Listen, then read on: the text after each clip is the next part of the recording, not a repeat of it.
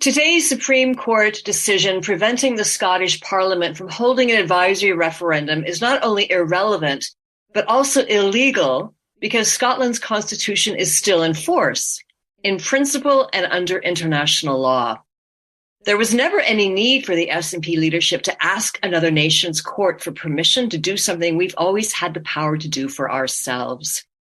The principle of the sovereignty of the Scottish people over any government or parliament was upheld in the 1689 Claim of Right, which was inserted into the 1707 Treaty of Union by the Scottish negotiators as a precondition of the treaty and union.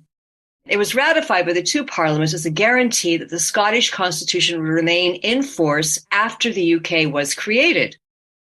King Charles III recently swore allegiance to the Claim of Right, and Westminster has on 3 occasions acknowledged it, in 1989, 2012, and 2018.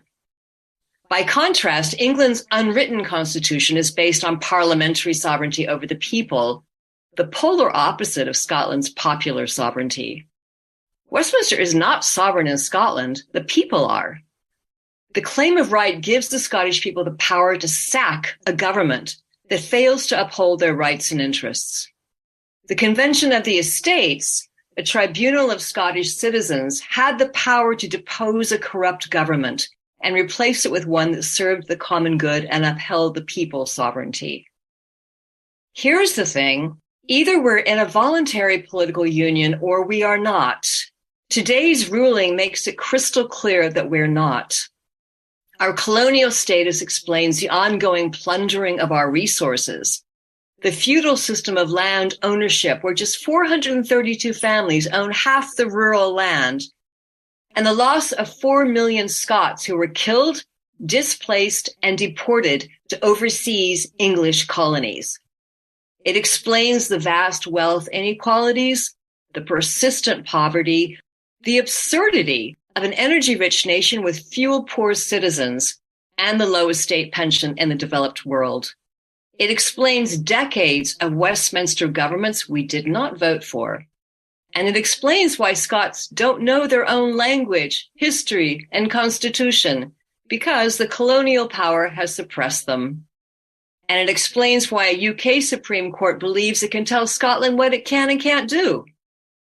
The nation of Scotland was not extinguished with the Union. The UK tells the world Scotland is in a voluntary political union, but then it tells Scotland it's in a colonial prison. Political parties will not liberate us. Only we can do that. We, the people, have always had the keys to break out of this union and restore our sovereignty.